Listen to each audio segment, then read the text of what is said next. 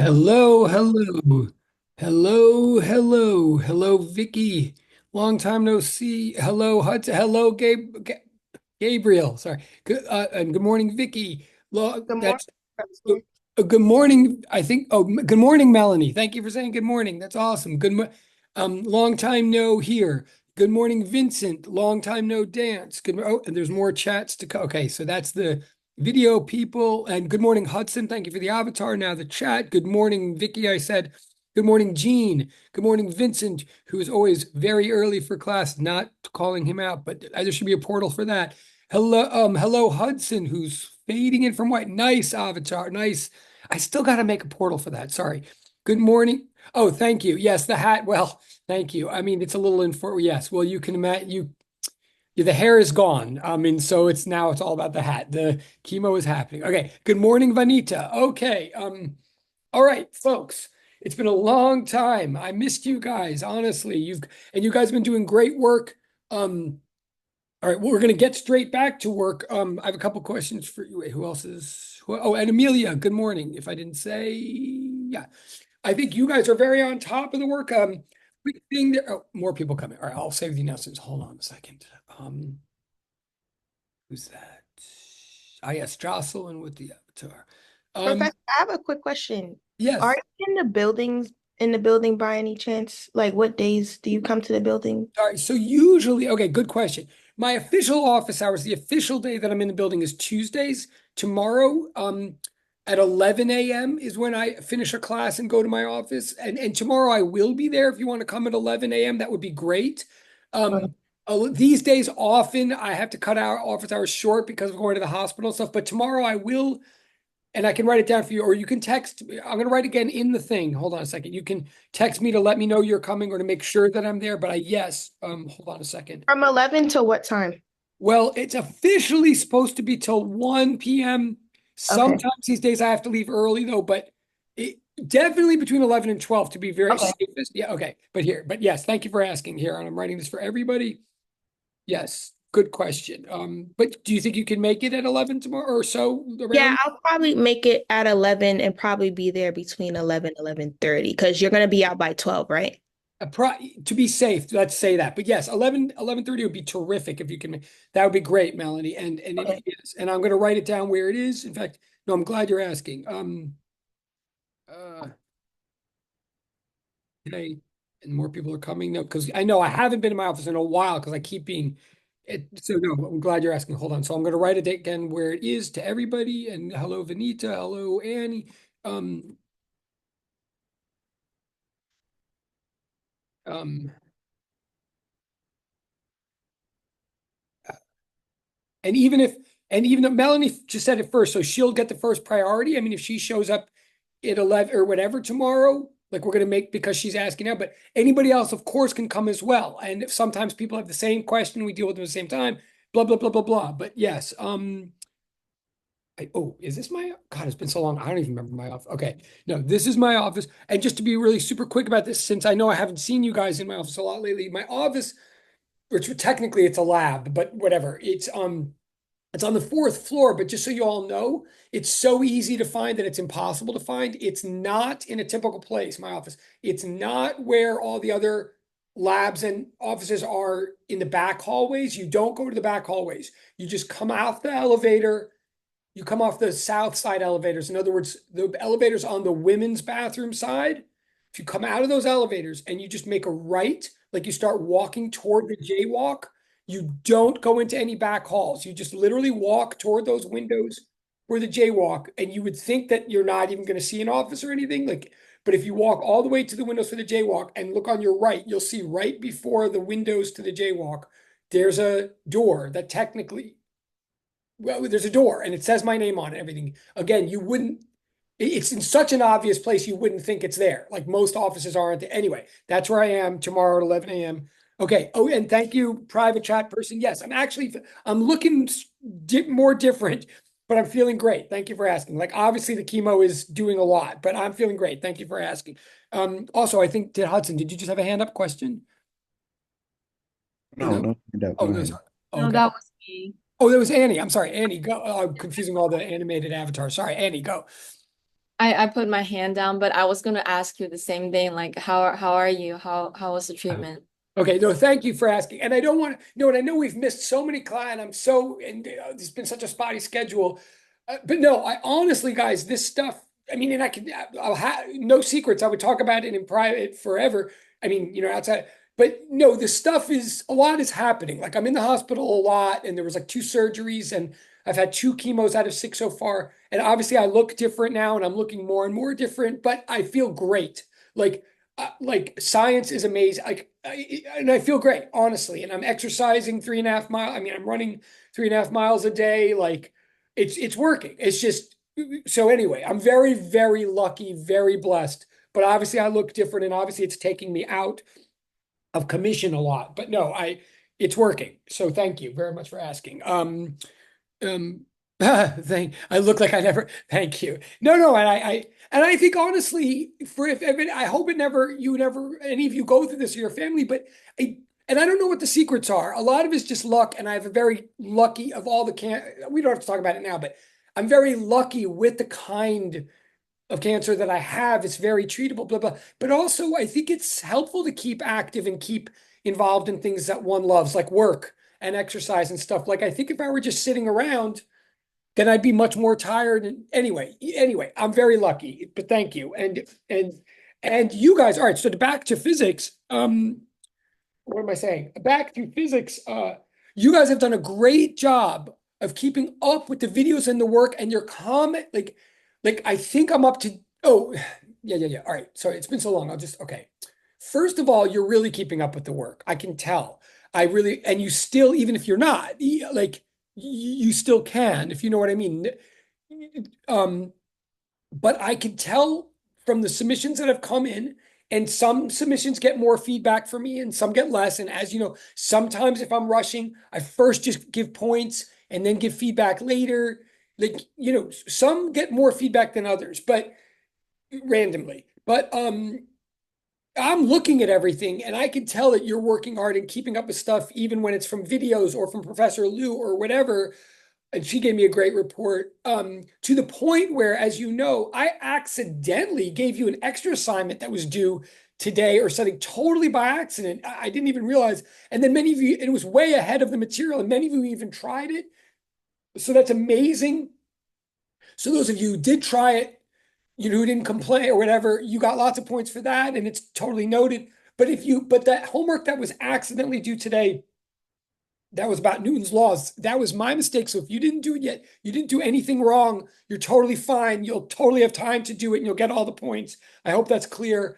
But then also, yeah, like what the main thing that we're gonna start catching up with ourselves today. I think anybody who's done anything in this section has gotten something back, whether it's points or feedback. But I think everything that everybody's done has been acknowledged in some way. Again, if you ever get points but you don't get feedback, that means it means if you already know from class what more you need to do, then just do it and you'll get the rest of the points. But if you literally think you did everything, you can't see why you didn't get all the points, then just turn it back right back in again and just say, like, I really think I did everything here. Can you let me know what's wrong? And then you'll either get all the points or you'll get more feedback. I think I've said that before. Conversely, if you ever hand in anything late, even, as long as you're in a first draft when it's actually due, and that doesn't have to be everything, just like some valiant attempt, then you're in a position to get all the rest of the points at some point.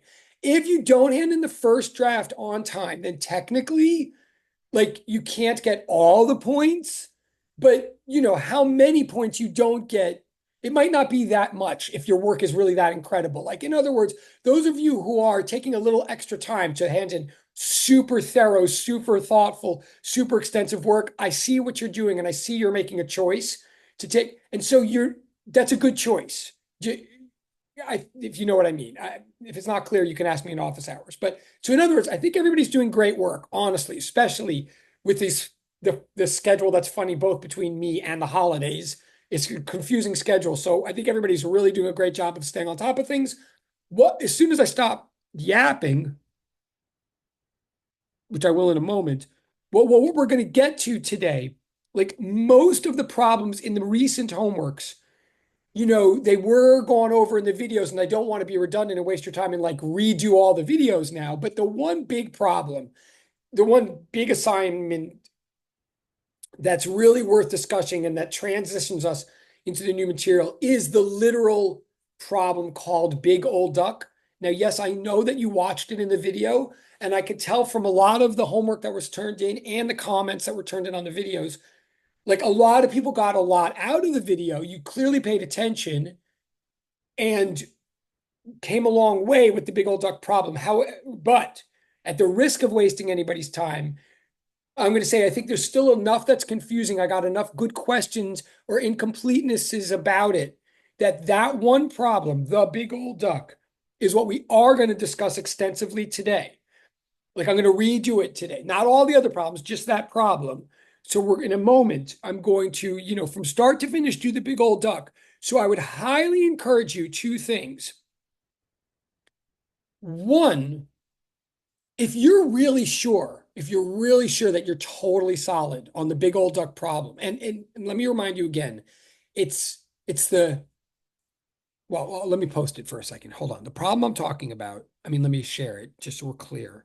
Give me a second. Sorry. Yeah.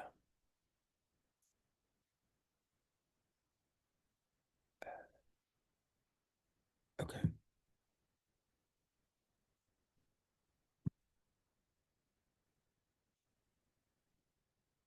All right. So the problem we're talking about, right, is this one. I'll scroll up in a second just so you can see it. So, and you've all seen it, but screenshot it if you need for this discussion. Why it's such an important problem. It transitions us. It's the last big problem from topic one-dimensional kinematics, constant acceleration equations, or constant acceleration. In many ways, I think it's the hardest of all of the problems from the topic of one-dimensional kinematics. So in some ways, if you can do this problem, in some ways, it possibly means that you understand everything coming toward it. Not necessarily, but so number one, it's like a climax problem. Number two, or it's like a checkpoint. Number two, it transitions us to two-dimensional situations, which is like the next topic that you've started to see already in lab, but we haven't really discussed in lecture in real time. Number three, the way it does that, so it's also super important in terms of lab number 3 and lab number 4.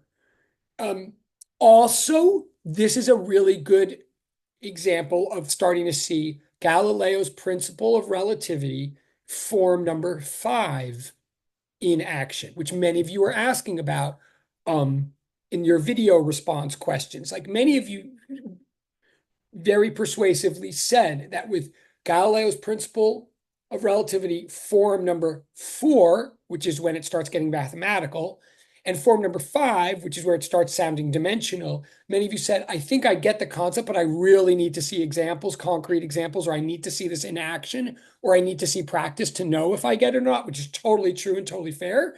So today is not about GPR form number 4, but it is about GPR form number 5. In other words, so I'll put that screen back up in a second. So that's another reason this is important. Lastly, why this is important, this problem, is it almost invariably appears in some version on the midterm exam, which I know we're going to start talking about exams soon. We're not going to talk about it, but this is a really good practice problem for the exam. It won't look like this. You'll have to know the problem so well that you'll be able to recognize it as this problem. Like it won't be about a duck, but it will be about the same concepts. So my advice to everybody, when I switch screens in a second and I start walking through this, my advice is if you are one of the people that really thinks that you have nailed this already, like you're really like, no, I get this already and I'm sick of it. Like I practiced it, I turned it in, I got all the points. I watched the videos, like I'm done with this already. If you are that person, what I highly recommend is take the problem right now, the problem that as we see, and literally just double all the numbers. Yeah, I think that's the simplest thing to say. Literally take every number that is given in the problem, double it, and on a separate sheet and mute me, or like, and I'm serious about this. If you want to make the best use of class time, if you're sure that you are solid on this problem, then double all the numbers and on a separate blank, fresh new piece of paper, start doing the problem without looking at your notes or without listening to me, like put me on mute or whatever. And because I'm saying, as a practice, just see if you can solve this problem without looking from start to finish as though you were about to hand it in for homework. And in fact, I'll even say, if you remind me, I'll open up a portal on this. Now, I would not encourage this unless you're really confident and really sure that class is otherwise going to be a waste of your time. But double the numbers, do it fresh as a fresh thing, as a practice for the exam, and I'll open up a portal and give extra credit for you doing that if you want. I mean, and do it without looking, because that would be practice for the exam. You get what I'm saying. But other than that, but I don't think that's many people, and I don't think you really should be in that position, honestly. But if you are, you are. But all the rest of you, I'm going to walk through this problem, and I'm assuming that the rest of you get a lot of it already from the video and stuff. But enough of you ask me enough detailed questions that I really want you to stay with me. Like, we'll probably do nothing else today, and that's fine. But I want you to stay with me and really stop me and ask the questions, like exactly where it goes wrong for you, or, where I start making not sense to you. I really want you to stop me and ask me today the kind of questions that you were already sort of putting in the video postings and stuff. Or you get my point. But today's Big Old Duck, it captures so many of the concepts of this class that it's an opportunity to ask anything and everything while we go. Okay, but I hope that's good. So I'm going to switch screens. And start doing it. Yeah, I'm going to switch screens. Hold on. Oh, yes. Okay, great. Yes, Annie. So you said that this question kind of captures all of the knowledge points we've covered. I mean, a lot, maybe not all, but yeah, a lot. Yeah. Yes. Sorry, go So on. my question is like, obviously, like I know like the new concept that it's like asking like about the two-dimensional space, but what about when the duck, like there was like a 0.5 second when the duck was like slow traveling or like it's hesitating. I don't know, like waiting for the arrow to be shot or something. Yes. What knowledge is that testing? Because I don't know if that like Oh, that is about like the two-dimensional space or not. Like I don't think it affects the y and the x axis, right? okay. That's a really great question. And yes, okay. And I realize a couple other people had good questions about this so I'm going to try to answer it right now, but then also when we get to that in the problem, let me know if I'm answering it or not. But okay. Yes. So to everybody, what Annie's talking about is that in the duck situation that was just posted a second ago, it gives you a lot of like part of the thing about this problem is there's a lot of details and a lot of facts to keep straight. And one of the facts is that before the duck even starts having a constant acceleration of, I forget what, even before the duck starts accelerating forward, there's a little period of time where the duck isn't accelerating at all. That is true. And that's an extra detail that somehow you have to manage in the problem. But that's exactly all that it is. It's just an extra detail. It's not an extra concept.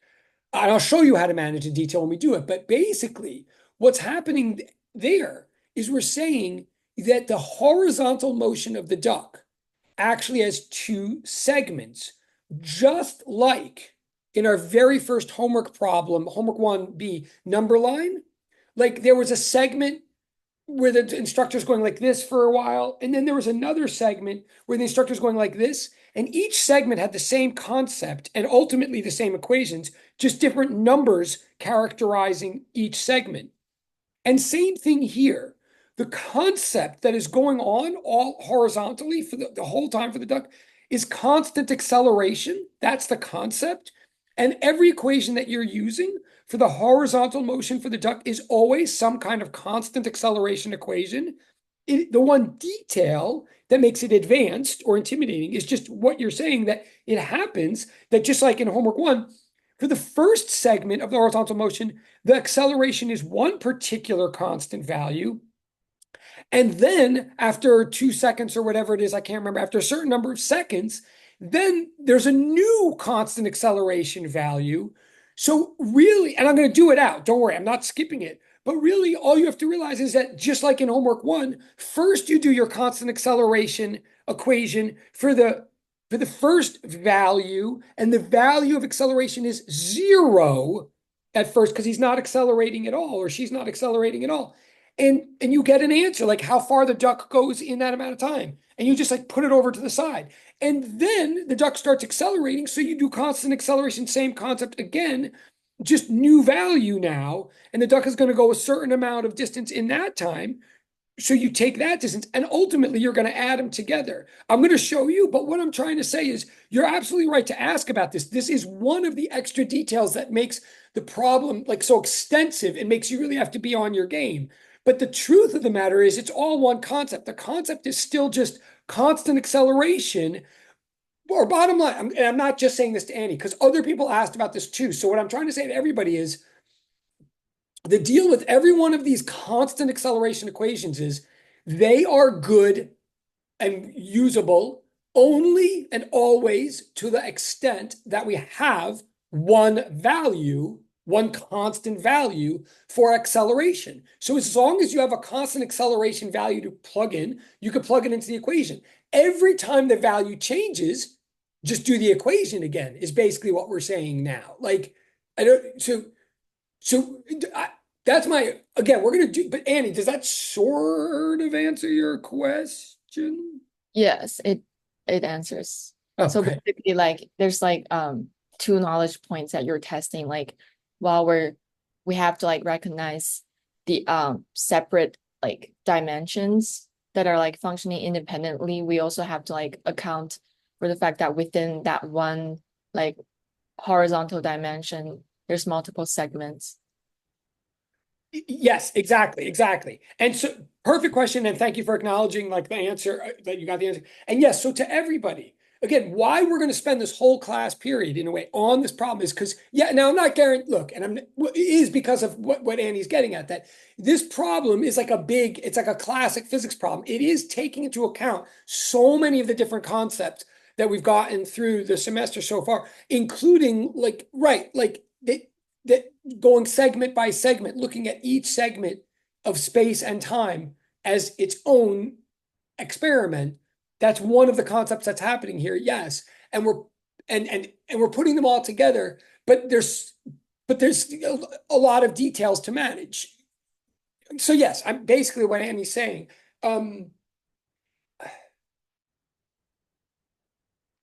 Okay, and I'm going to walk through it, of course, but so look, it doesn't guarantee. It just because you know this problem doesn't guarantee that you know everything else, but certainly it's a good indicator that you're on the good road of knowing the things that came before it. But okay, but one quick like home test taking advice or whatever. This problem is so thick, and look, typical physics exam problems are thick like this. Like by the time you get to them, you have to be able to manage a lot. But one thing is in the beginning of a physics problem, it's typical that there's all these facts and a diagram given to you, and then you're asked a series of questions, or you have to solve a series of sub-questions about all the facts. Now, this is important now to everybody as far as test taking skills are concerned.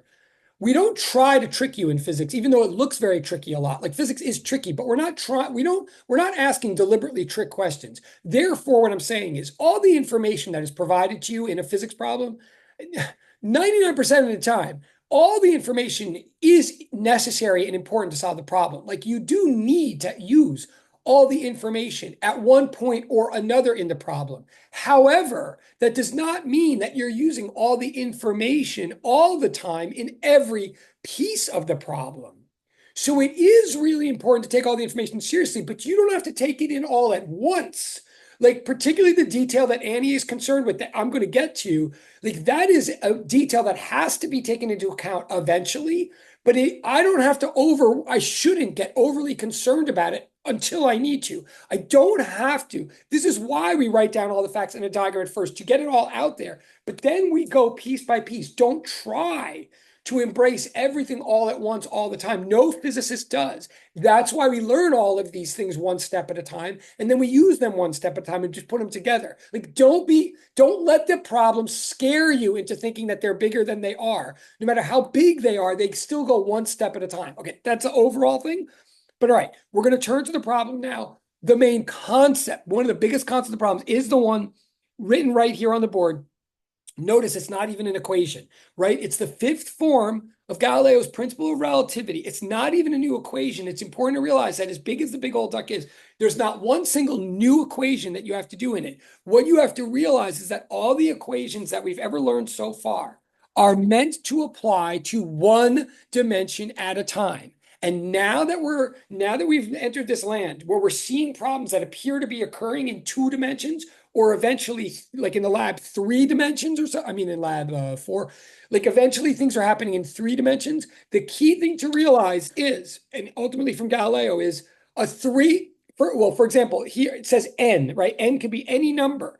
So what we're saying here in the case of the big old duck looks like a 2-dimensional problem. I mean, it is a 2-dimensional problem. And it's very much like lab 4, which is a 2-dimensional problem. What we're saying from here on in physics, a 2-dimensional problem is really 2 1-dimensional problems occurring at the same time, but independently. That is key. Simultaneously, yet independently. That's not just big words. We're really saying something specific there. We're saying, so I'm going to turn to the problem. We're saying that this and this, sorry, I'm going to also switch the screen. Pardon me for a second. We're going to get this thing going here. We're saying that even though, even though this and this are, I can't even, sorry, are happening at the same time, they're happening independently. Like this motion, this physics, this world of physics is obeying the laws of physics and the equations of physics, while this world of physics is obeying the laws of physics and the equations of physics. This is not affecting this. That's what we're saying. So you don't need new equations to link them. They're not linking each other. This is happening on its own. And what links them in your mind, in my mind, is time. That they're happening at the same time. Therefore, when I go to solve the problem, the whole hint of the problem is, let me first investigate or consider the one thing they have in common, which is time. In other words, what I'm really going to do is solve for time first. Now I'm going to start solving. Hold on, I got to get this right. And there's something in the chat. Hold on. Sorry. Oh, okay. Good thing in the chat. How would I identify these? So all of these problems that we're doing, okay, technically, well, every single problem we've done so far. So I'm just reading in the direct chat. It says, how would you identify these types of problems? These problems that we have done right up to the big old duck, every single problem we're doing, I would identify as is, well, I'll write it in the public chat. Hold on. Because yes, if you want to look up these kind of problems for practice in anywhere on the internet, if you want to look them up in Khan Academy or in a textbook or anywhere, the kind of problems we're doing right now are called 1D kinematics problems. And they're also known as constant acceleration problems. Now technically, the big old duck looks like a 2-dimensional problem, but it isn't even, there aren't even vectors or anything. Even the big old duck, I'm trying to show you now, even though it looks 2-dimensional, it really still is 2 1-dimensional problems. So the kind of problems we're doing now are one-dimensional kinematics problems and constant acceleration problems. That's the topic here. Okay. So let me start analyzing the big old duck for you again. If you're really sure, you're sure on it. But I mean, really sure, because the other thing, you know what I'm saying. Anyway, so err on the side of paying attention, I would say. Even if you think you got answers, there's whatever. All right.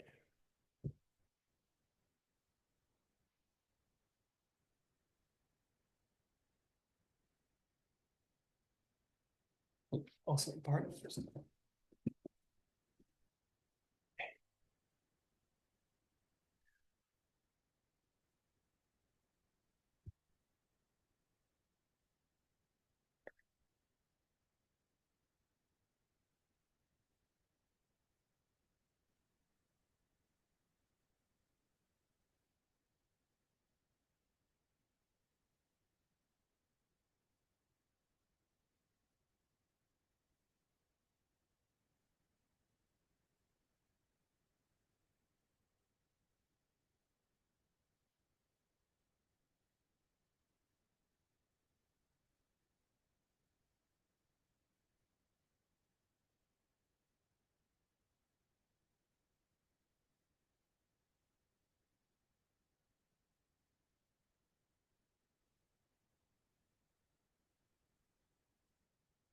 Okay. All right. So this is okay. So this is like the situation. Is there anything? Oh, okay. There's a lot of information, right? So the what before I do any, so this is basically my diagram fact pattern, pretty much, from but the main point of this diagram that I better do before I do anything further is I'm going to say from now on, I'm choosing. This is Galileo now. I like these are the numbers that were given. This is the facts that were given, but definitely things are happening in more than one direction along each dimension. So I have to be very clear about positive and negative signs. Like they're going to matter. Direction matters. And it matters independently along each axis. So on the y-axis, like clearly, like bullets are going up, but gravity's pulling down. So up and down matters in the y-axis. So I have to make a clear decision. I can make any decision I want, but but I have to stick with it consistently. So I'm going to decide that up equals positive and down equals negative. That is my decision, and I'm making it clear. You could do the opposite, but you have to make it clear and you have to stay consistent with it. Similarly, I'm going to decide that south is positive. That's a little strange, maybe, but apparently the duck is going south. And so I want to have as few negative signs as possible. So I'm going to make that direction positive, and I'll make anything that goes opposite to it negative. And again, north is not the same thing as up. If you're confused about that, please talk to me. And it's not shameful to be confused about that, but talk to me privately.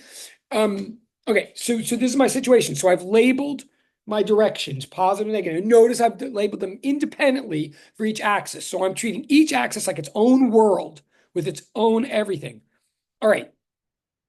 So the situation. Like I fire the guy, the person, the human being, like fires a shot up at the moment that this experiment begins. So we're going to call that t equals 0. At t equals 0 seconds, the shot is fired up, right? At that given initial velocity of 30 meters per second. At that moment, the duck is way far back somewhere to the north. We don't know how far back. That's what we're trying to find out. Again, this is very similar to Lab 4 if you really think about it. And it's very forensic science-y if you really think about it. Well, anyway, not coincidentally, but um, um, so there's all these facts given. But the ultimate thing is we're trying to find out how far, how far back, this is the question, right? How far back is duck at t equals 0 if the duck gets hit, given all this information, right? That's the question. In fact, let me be clear, right? So I'm trying to do this, step method. So here's my step 1. Here's my step 2.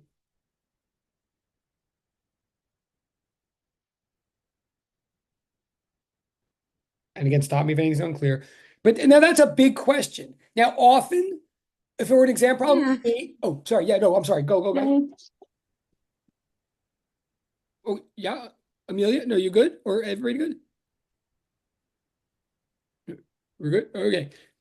So again, warning, often in an exam problem or something, we might have broken this down into a series of questions to help you get at the ultimate punchline, but we didn't here. We're just throwing out this huge question like, how far back is the thing so that how far back is the duck initially such that by the time the duck gets to that horizontal coordinate, it actually gets hit by the bullet? So that's a very big question. I'm going to have to break down my work into many, many steps.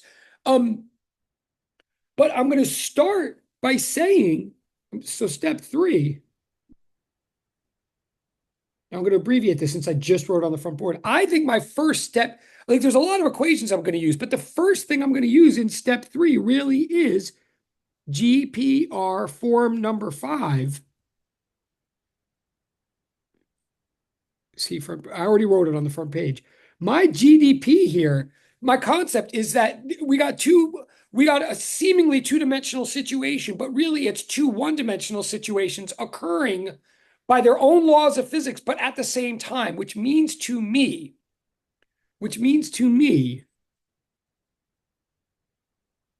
time is what is shared in common by the two axes.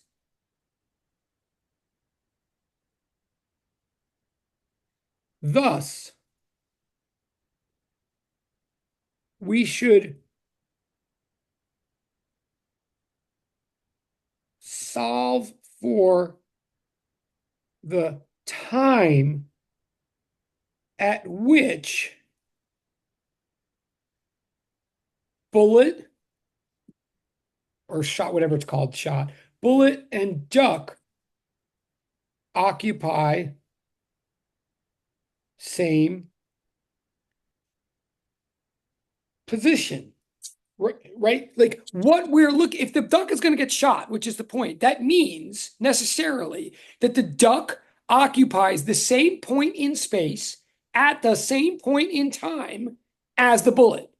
That's the point. Like it's of a collision.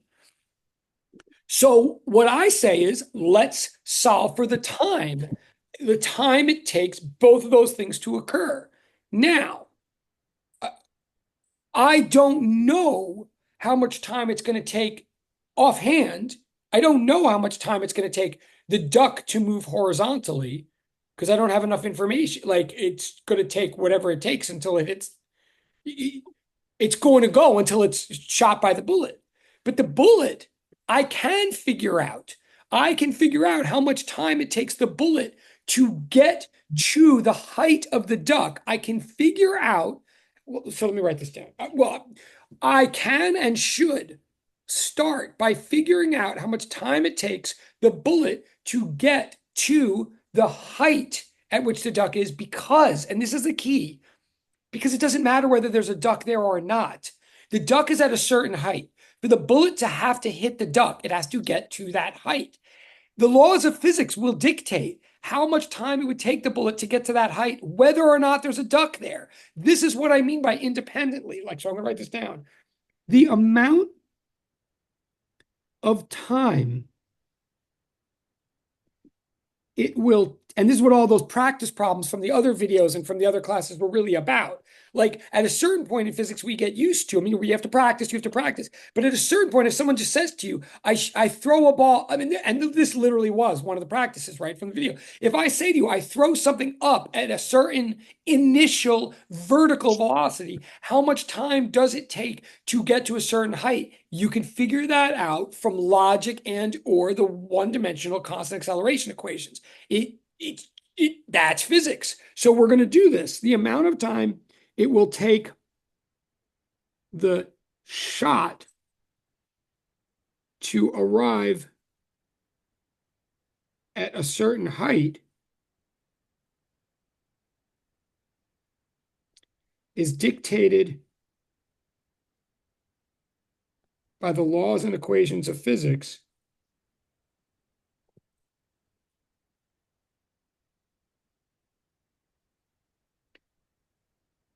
and is independent, that's what I'm saying, of the duck's motion, which really means, so I'm going to do an equation in a second, obviously, but it's independent of the duck's motion. What this really means is that when I start now solving for the shot, it's really an extra recommendation or encouragement to mute. Someone needs to mute. Sorry, could someone mute? I closed it, I ran it, and then when I opened it again. Okay. Oh, that was okay. This goes to Annie's question. like what the duck is doing horizontally, intimidated. This is all very intimidating. If you're intimidated, even if you're not now, if you were intimidated first, welcome to the club. So was I. Like, this is not a joke problem. It's doable, but it's not a joke. So if part of what you were intimidated by is like the duck first is like moving along and then it accelerates, that's intimidating. But what I'm saying right now is I don't care about that at all yet. Don't even worry about it. First, I'm just going to look at the bullet. The bullet is a standard physics problem that is that doesn't care about the duck's complexity at all. So is independent of the duck's motion. So I'm still in GDP here, in step 3 GDP. Tell me if you want me to turn the page back, I will. But I say for the bullet itself,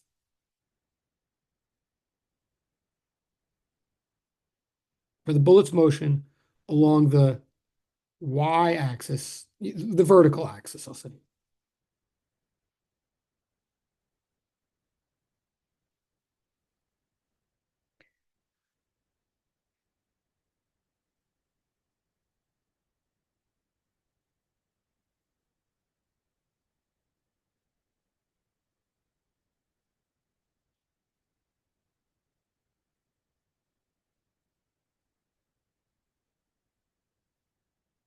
Okay, a couple of things here now. One, so I'm just writing the equation down. I'm writing our standard constant acceleration equation. Like, this is a situation now. Like, why am I even using this equation? Well, it's our most recent sort of big discovery. It's an equation that is extremely useful, most useful when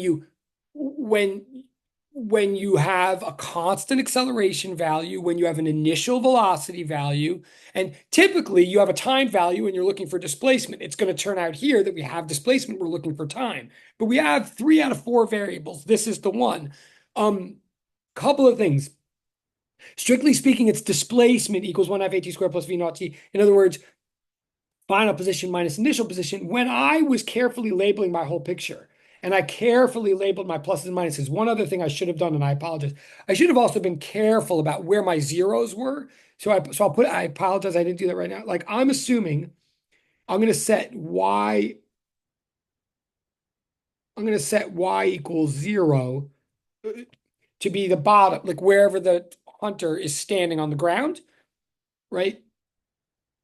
And I'm also going to and I'm going to make x equals 0, like wherever the hunter is standing, just to be clear. So it doesn't change it, just to be clear. So the initial position of the shot is 0.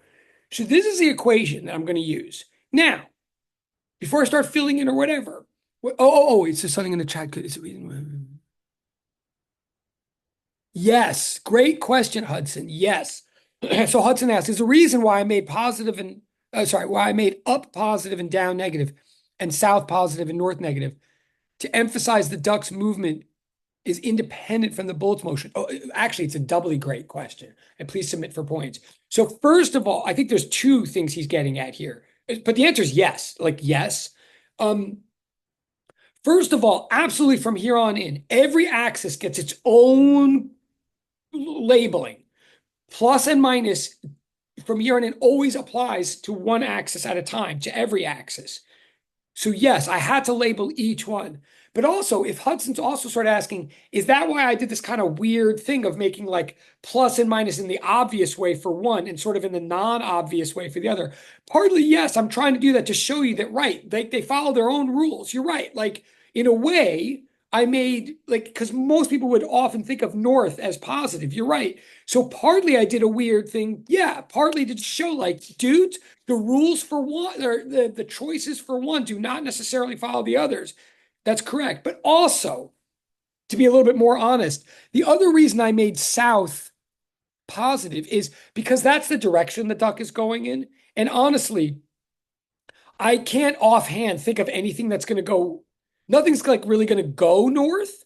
So what I'm always trying to do with pluses and minuses is I want as few minuses as possible. Nobody likes negative signs. It's not just you guys. We need them to distinguish from positive, but they're annoying to work with.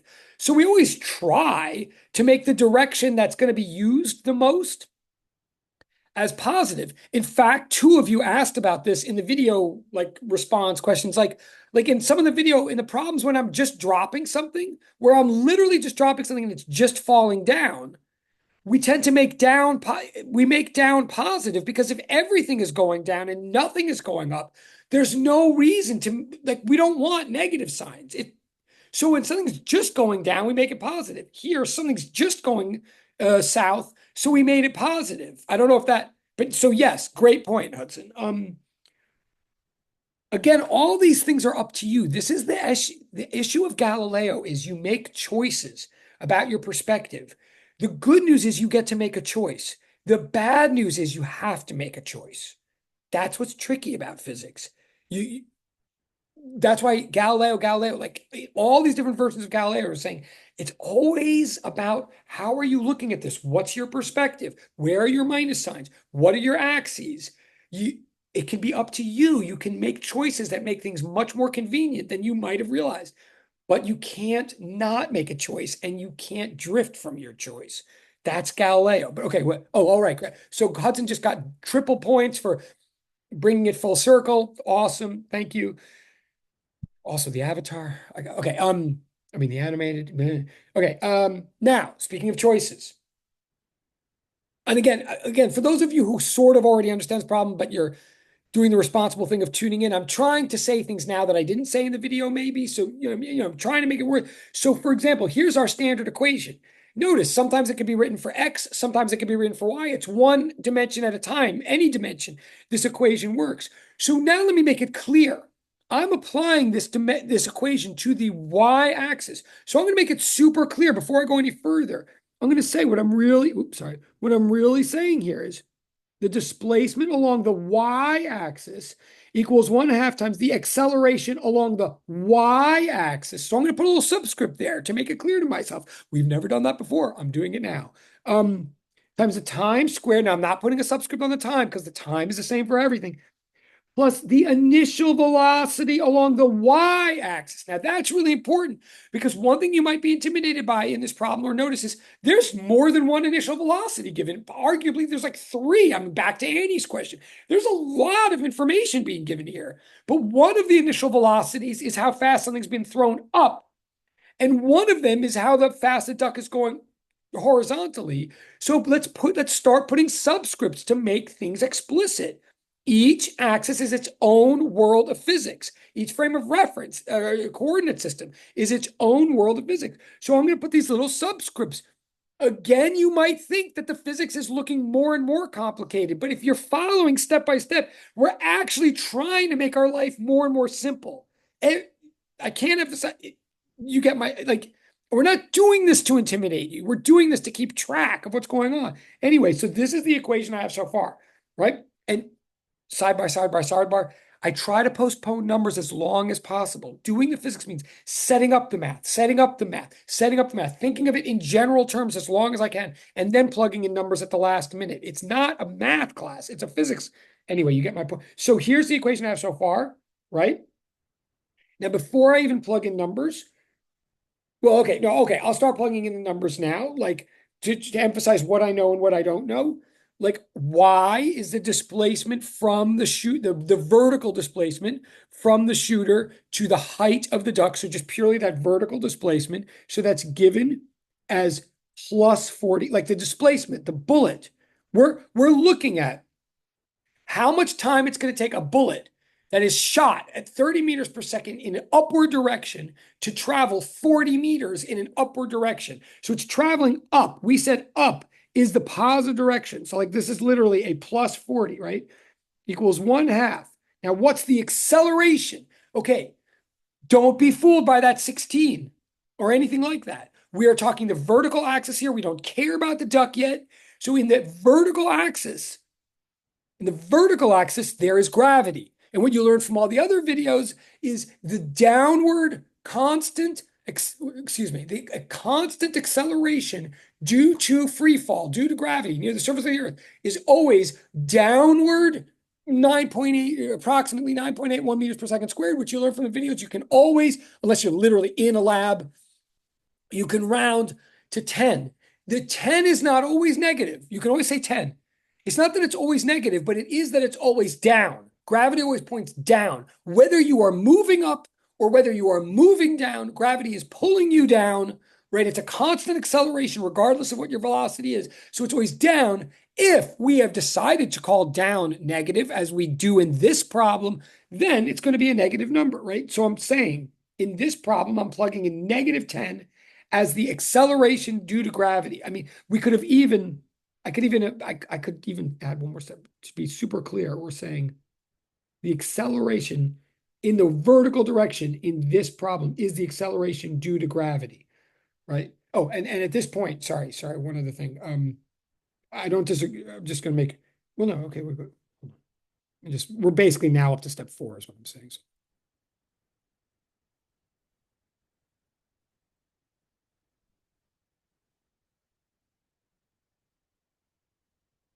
Okay.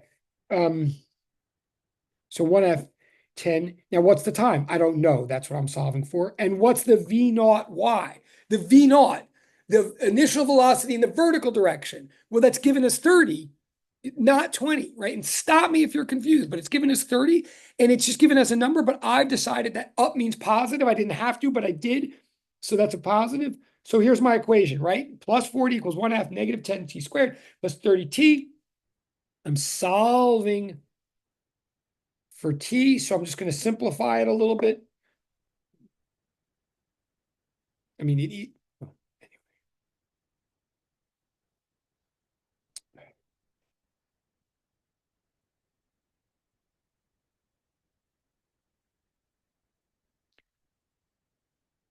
So I'm just going to simplify. So we have, 40 equals -5t squared plus 30t, right? This is my equation. The only unknown is t, right? Now, there's things you could do, but I see that it's a quadratic, or I'm beginning to see it looks like a quadratic. I could just right away go to the quadratic equation, but let me rearrange it and make it look as easy as possible. In other words, I'm going to divide both sides by -5. I'll go like this.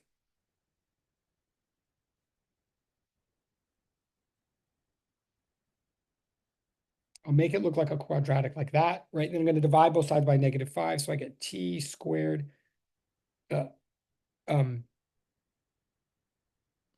minus 6t plus 8 equals 0, right? I mean, I almost feel like that's 2, but right? I divided both sides by by -5, just to make it look as straightforward as possible. So now the fact is, so I'm solving for t, right? Let's write that again.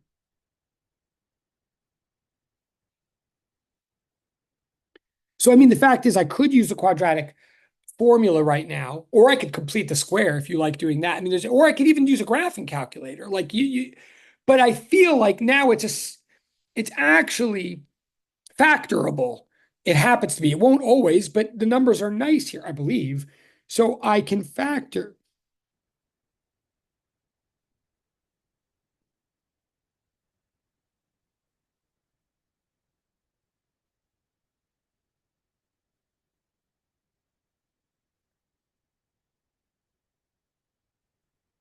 Like what two numbers when multiplied by the constant term would add to the middle term, if that makes sense. Right? Like, and maybe some of you don't think this way, but you can test what I'm doing. If you FOIL out,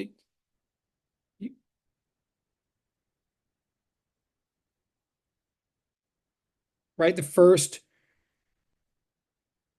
times the outer, plus I don't want to drag this in. This is the kind of thing, certainly feel free to come to my office hours and talk about this if you don't like this or whatever. But that's my point, right? Like it checks. But okay, so what does this mean?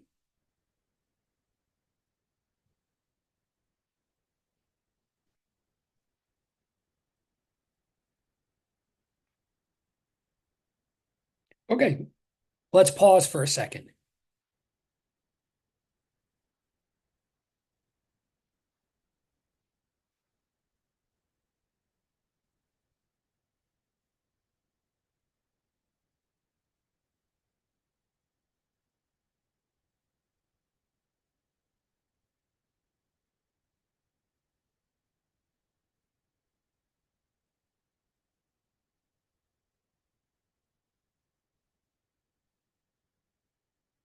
Okay. Now, this is not the answer to the whole question. I think this is the answer to the hardest part of the question. The hardest part to know how to set up, the hardest part to whatever, but we're not done with the big old duck. But what we're saying so far is if we were asking ourselves the question, at what time does the bullet reach a height of whatever sorry, I keep forgetting of 40 meters? Yeah. At what time does the bullet reach a height of 40 meters? We have gotten two answers to that question. Now we should think about that for a minute. First of all, mathematically, we got two answers because mathematically we are solving for the roots of a quadratic equation, like an equation where the variable is raised to the power of two. And quadratic doesn't mean four; it means two. That's confusing, and some people point, but that's just the way it is. A quadratic equation means where the variable is raised to the power of two. So if you were to make this a graph, it would be like a parabola that crosses the x-axis at two places.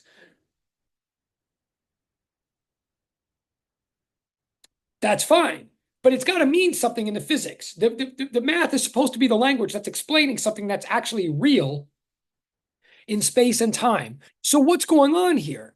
What this is saying is, if the question was, at what time does the bullet reach a certain height? Apparently, there's two possible times that the bullet would reach that height or arrive at that vertical position, given the conditions of the problem. Like what the math and the physics know is that something was shot up at a certain speed and there was constantly acceleration due to gravity at a certain rate. So it's shot up in a gravity, it's shot up in a field of gravity that's always pointing down. And we're asking at what time will it ever be at this certain height? And the fact is, as many of you now understand from watching the videos or from the fact is, if that's all I'm saying, if I'm saying given an initial condition and a gravity and an acceleration value and a final height, there's actually two possible ways to arrive at that height. Like, first and foremost, if you shoot something up in gravity, it's going to go up for a while and then it's going to come down because gravity produces a constant acceleration. Remember, I don't care whether you call it negative or positive. The important thing about the acceleration due to gravity is that whatever you call it, positive or negative, it doesn't change even when your motion, even when your velocity changes. Like while you're going up, the acceleration points down. And then even when you're coming down, the acceleration is still pointing down. In fact, that's why you turn around and eventually start coming down. The fact that there is a constant downward acceleration due to gravity is why your velocity numbers continue to decrease even when they hit zero. They go into the negatives and you start falling down. So I'm saying it's not because of extra physics knowledge, it's literally built into the equations that this object, this thing that's shot up at 40, is going to go up for a while and then eventually come down. So it's going to cross that particular height that we're looking at twice. And apparently one is going to be at second number 2, and the other is going to be at second number 4. Now I want to expand on that for a minute. Look.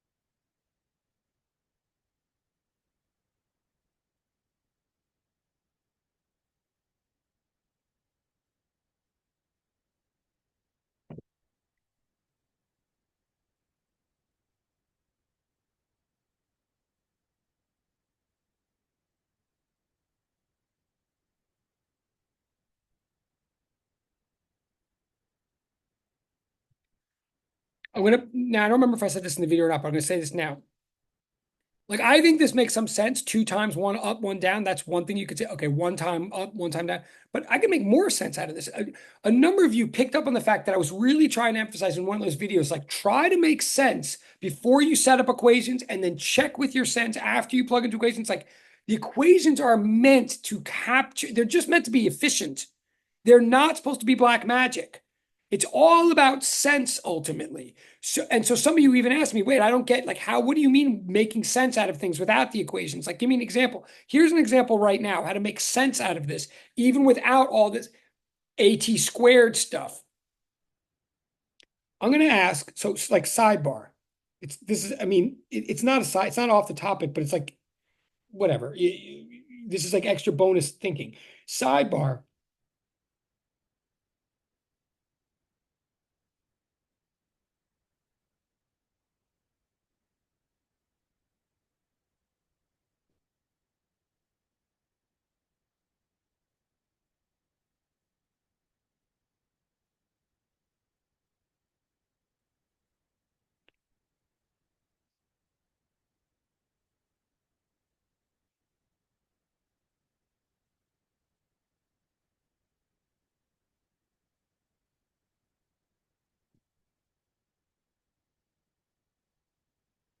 What I want to ask as a sidebar here is, look, if we're really believing the physics, if we really believe that the bullet is doing what the bullet's doing, irrespective of the duck, like if the bullet does not care about the duck, the bullet's just following physics, then when I say that this thing would hit hit that certain height at 2 seconds on the way up or at 4 seconds on the way down. And again, that's what it means, right? It's not really saying it's necessarily hitting a duck. It's just saying it's getting to a duck height it would get to the duck height on its way up in 2 seconds or on its way down in 4 seconds. If it's saying that, that implies if it can hit the duck on the way down, that implies that this bullet has enough velocity to reach a height that's higher than the duck ever got in the first place. Right? Like, in other words, apparently, according to my calculations, the bullet is not so weak as to fall back down before it even gets to the duck. Like, that could have been a possibility. I might not have even fired the bullet hard enough to even reach the duck, but evidently I did. Evidently, I fired the bullet so hard that it could go past the height of the duck and then come back and hit it, right? So is that true? Like, how do I even know that's true? I'm asking right here, can I really ignore the duck and find out just by physics how high this bullet would have gotten exactly if there was no duck involved at all, i.e., what's the peak height of the bullet independently? And I feel that this is a good practice problem to do with simpler equations and logic, not with all the squares. I'll do it fast. In other words, I'm saying,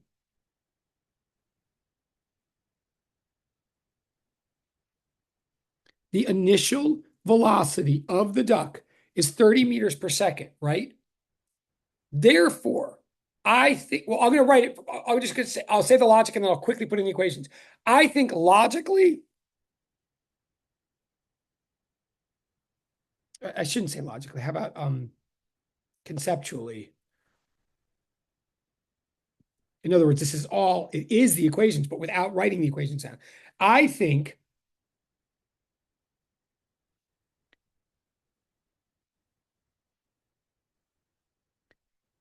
shot will run out of vertical speed in 3 seconds. I will explain this in a second, but see if you can follow me, especially if you've already done this problem. I think if I shoot it up at 30, it's going to be out of speed in 3 because it's losing 10 every second. So it's going to be out of speed in 3. Therefore, on average,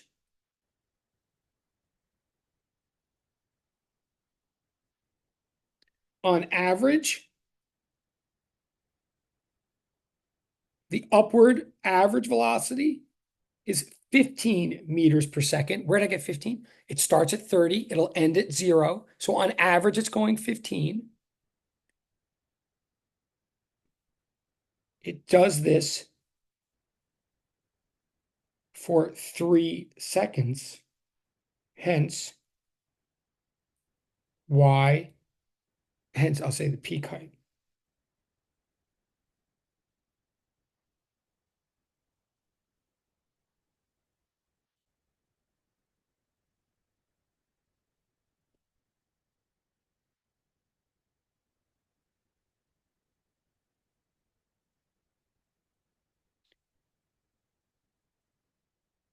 It goes up to 45 meters. I'm gonna, if you want me to scroll back to this.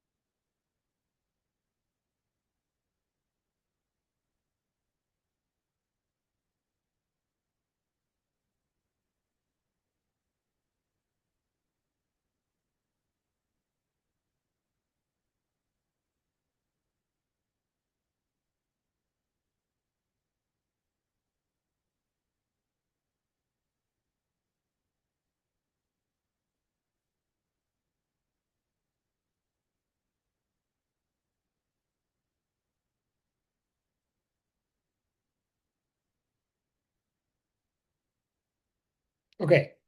Now I'm giving a lot of information here. I'm going to go back. Oh my God, we're almost okay. I have to, wow, I'm saying too much actually.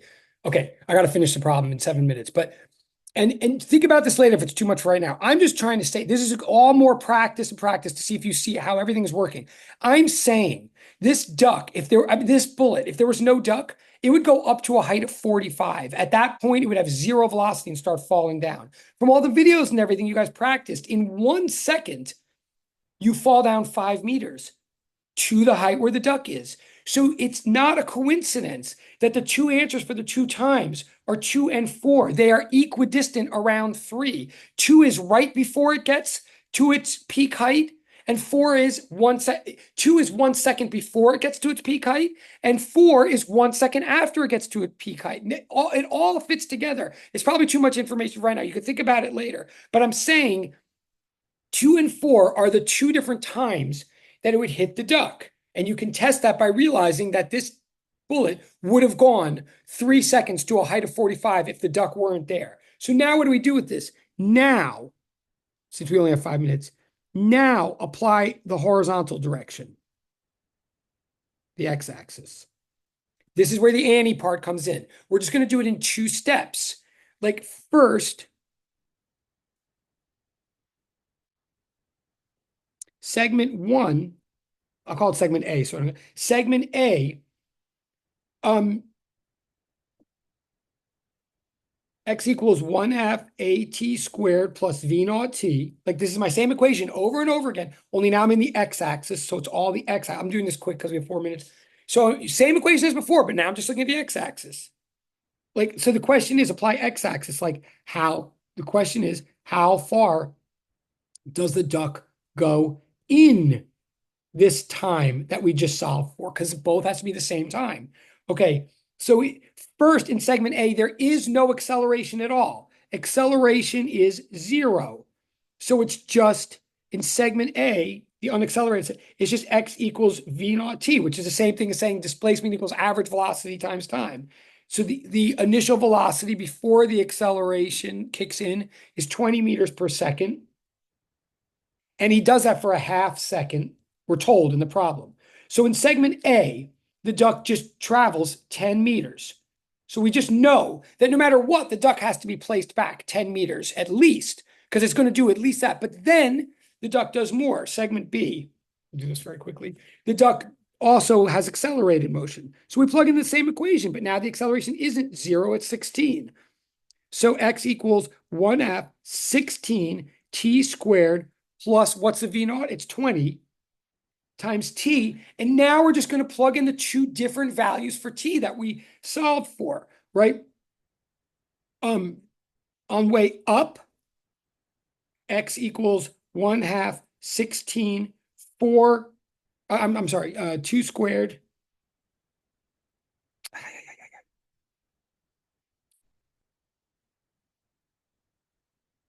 And obviously, if you have to go in 3 minutes, go. I'm going to finish this up for everybody. Of course, it'll be in the PDF and all that. If you have to go, go. But I will hang out for a second to finish it up or to answer any questions. Da, da, da, da. So we're just plugging in though. So we're getting 8 times 4 plus 80, right? So maybe I'm making mistakes, stop me, but I think I'm not making a mistake. So 32 plus 80 is 100. I feel like I'm making a mistake. He'll tell me in a second, but 80 plus 32, 112 meters. So on the way up, it would be 112. I feel like, oh. No, yeah. Yeah. 112 meters plus the 10 meters that we just solved for. I feel like there's a mistake in here. So someone should stop me. Wait, am I in the chat? No, okay. So on the way, so 112 meters from the equation plus the 10 meters that it already necessarily goes just from segment A. So answer 1 is 122 meters. That's for up. And if we hit on the way down, same logic, just the other time value. X equals 1/2 16 times 4 squared plus 20 times 4. So 8 times 16 plus 80. And 8 times 16 is it right? 128. I feel like somehow my numbers are not the same as it, and I apologize. Maybe there's a computation error in here, and I'll correct it tomorrow if that's the case. But 208 plus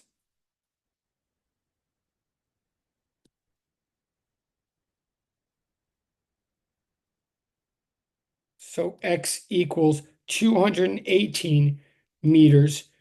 So this is on the way down. So according to this, the way I'm just doing it right now. Oh, yeah, somewhere something is, sorry. This is the way to do it. And I know we have 1 minute left. I will correct. So I apologize. Something is weird about the numbers. This is the way to do it. What did I do? 60. Is the acceleration? What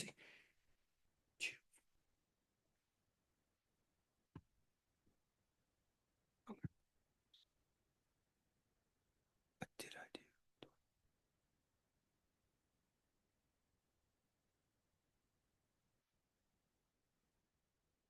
Am I forgetting the square? 2 and 4. Sorry, I'm going to pause. Right, this is I'm just going to pause because I don't want to lead to confusion. I will correct these numbers in the PDF and tomorrow, but this is the way to do it. This is the problem. Obviously, you can hang out for a second to either ask questions or correct. Oh,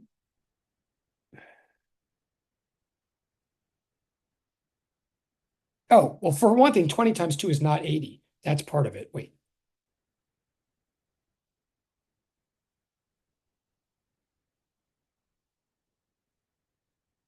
Right.